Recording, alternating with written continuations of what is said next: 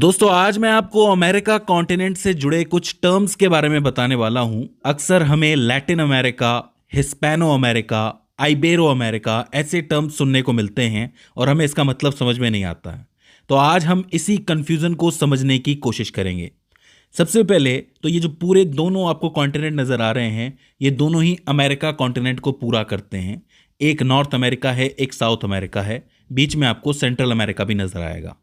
बात करोगे north America की तो इसमें मेनली 4 देश आपको नजर आएंगे, जिसमें से भी मेन तो 3 ही देश हैं, एक तो सिर्फ आइलैंड है। सबसे पहले आता है कनाडा, जिसकी कैपिटल है ओटावा और 41% जमीन जो है पूरे नॉर्थ अमेरिका की ये कवर करता है। दूसरे नंबर पर यूएसए आता है, जिसकी राजधानी वॉशिंगटन डीसी है, आपको पता है, और 39% जमीन इसकी टोटल पूरे नॉर्थ अमेरिका में है। मतलब दोनों मिलकर 80% कवर कर लेते हैं। फिर आता है मैक्सिको, जो कि लगभग 8% है और इसकी जो कैपिटल है वो मैक्सिको सिटी है। और एक आता है ग्रीनलैंड, जिसकी जो राजधानी है वो नूक है और 9% ज़मीन जो है ये कवर करता है। मैं आपको एक चीज़ बता दूं कि ग्रीनलैंड जो है वो भौगोलिक रूप से, जोग्राफिकल रूप से उत्तरी अमेरिका का हिस्सा है, क्योंकि ये उत्तरी अमेरिका की प्लेट पर मौजूद है। जो नॉर्थ अमेरिका की प्लेट है उसी पर ग्रीनलैंड मौजूद है। लेकिन पॉलिटिकली और कल्चरली, यानी कि राजनीतिक रूप से और सांस्कृतिक रूप से जो ग्रीनलैंड है वो किसका हिस्सा है? डेनमार्क का हिस्सा है। डेनमार्क के अधीन आता है, एक स्वायत्त क्षेत्र है, यानी कि यूरोप का हिस्सा हो जाता है। एक नोट याद रख लेना कि जो ग्रीनलैंड है वो 18वीं सदी 18 सेंचुरी के बाद डेनमार्क और यूरोप से राजनीतिक रूप से जुड़ा है। बात करोगे सेंट्रल अमेरिका के बारे में तो मध्य अमेरिका को आमतौर पर 7 देशों से मिलकर परिभाषित किया जाता है। मतलब इसमें 7 कंट्रीज आती हैं। एक है बेलीज, जिसकी राजधानी है बेलमोपान। कोस्टा रिका, इसकी कैपिटल है सैन जोस। अल सल्वाडोर, इसकी कैपिटल है सैन सल्वाडोर। फिर आता है ग्वाटेमाला। ग्वाटेमाला की कैपिटल है ग्वाटेमाला सिटी। इसके बाद होंडुरास आता है, जिसकी कैपिटल है तेगुसिगाल्पा। फिर आता है निकारागुआ, जिसकी कैपिटल है मानागुआ। और आखिर में आता है पनामा। इसका नाम आपने सुना होगा, पनामा नहर यहाँ से गुजरती है, जिसकी कैपिटल है पनामा सिटी। अच्छा, सेंट्रल अमेरिका के ईस्ट में आप देखोगे तो छोटे छोटे आइलैंड्स आपको नजर आएंगे। ये सारे आइलैंड जो हैं वो कौन से आइलैंड है? कैरेबियन आइलैंड है। इनके बारे में मैं आपको अलग से बता चुका हूँ। हालांकि भौगोलिक रूप से, यानी कि जोग्राफिकली, ये भी सेंट्रल अमेरिका का ही हिस्सा है। बात करोगे साउथ अमेरिका की तो ये साउथ अमेरिका नीचे वाला पूरा हिस्सा है। इसमें लगभग 12 स्वतंत्र देश आपको देखने को मिलेंगे, जिसमें Argentina, Bolivia, Brazil, Chile, Colombia, Ecuador, Guyana, Paraguay, Peru, Suriname, Uruguay और वेनेजुएला जैसी कंट्रीज शामिल हैं। तो ये हो जाता है पूरा अमेरिकन इंट्रोडक्शन, यानी कि ऊपर वाला नॉर्थ अमेरिका, जिसमें कनाडा, यूएसए, मैक्सिको और ग्रीनलैंड आते हैं। उसके बाद सेंट्रल अमेरिका में 7 देश हैं और बाकी कैरेबियन आइलैंड्स हैं। और साउथ अमेरिका में 12 देश हैं। तो यहाँ तो आपको क्लियर हो गया। सबको मिला लोगे तो मिलेगा टोटल अमेरिकन कॉन्टिनेंट। बात करते हैं लैटिन अमेरिका के बारे में। देखो, लैटिन अमेरिका को समझने से पहले एक चीज समझ लो कि लैटिन एक लैंग्वेज है, एक भाषा है, जो रोमन साम्राज्य की भाषा कही जाती थी, मतलब प्राचीन भाषा है। और इस एक लैटिन लैंग्वेज से बहुत सारी भाषाएं निकली हैं। जैसे कि भारत में संस्कृत से हिंदी निकली है, उसी तरह लैटिन लैंग्वेज से बहुत सी लैंग्वेजेस निकली हैं। जैसे कि पुर्तगाली, जिसको पोर्चुगीज आप कहते हो। क्रिस्टियानो रोनाल्डो का नाम आपको याद आ गया होगा, वो पुर्तगाल से ही हैं, तो पुर्तगाली लैंग्वेज।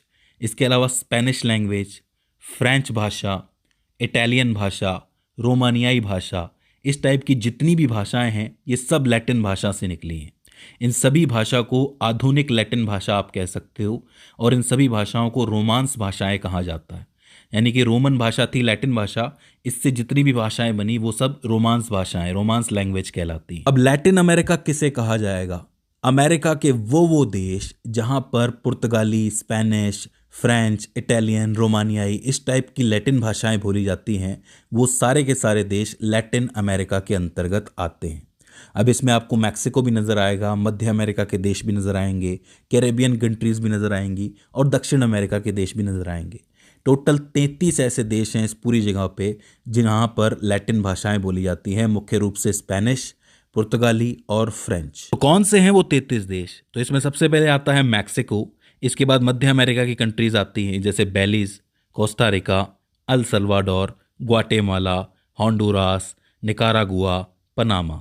इसके बाद सेंट्रल अमेरिका की कंट्रीज आएंगी, जैसे एंटीगुआ और Barbuda, Bahamas, Barbados, Cuba, Dominica, Dominican गणराज्य, ग्रेनाडा। इसके अलावा हैती, जमैका, सेंट किट्स और नेविस, इसका नाम बता चुका हूँ मैं आपको। इसके बाद सेंट लूसिया, सेंट विंसेंट और ग्रेनाडाइस, इसके अलावा त्रिनिदाद और टोबैगो। ये इंपॉर्टेंट आपकी कंट्रीज़ हैं जहाँ पर बोली जाती है पुर्तगाली, स्पेनिश वगैरह। फिर दक्षिण अमेरिका के देश देखोगे तो Argentina, Bolivia, Brazil, Chile, Colombia, Ecuador, Guyana, Paraguay, Peru, Suriname, Uruguay, Venezuela. लगभग सारी ही कंट्रीज़ के अंदर लैटिन भाषाएं बोली जाती है दक्षिण अमेरिका की। तो ये पूरा इलाका ही लैटिन अमेरिका कहलाता है। फिर आता है हिस्पैनो अमेरिका। अब हिस्पैनो अमेरिका अमेरिका के उन देशों को कहा जाता है जहां मुख्य रूप से सिर्फ स्पेनिश भाषा बोली जाती है। याद रखना, इसमें स्पेन शामिल नहीं है। अमेरिका के देश जहां पर सिर्फ स्पेनिश बोली जाती है उसे हिस्पैनो अमेरिका कहा जाता है। इसमें लगभग देश शामिल हैं जिसमें मैक्सिको आता है। इसके अलावा मध्य अमेरिका का Costa Rica, El Salvador, Guatemala, Honduras, Nicaragua और पनामा आता है। कैरेबियन के अंदर क्यूबा और डोमिनिकन गणराज्य ऐसे देश है जहां पर सिर्फ स्पेनिश बोली जाती है।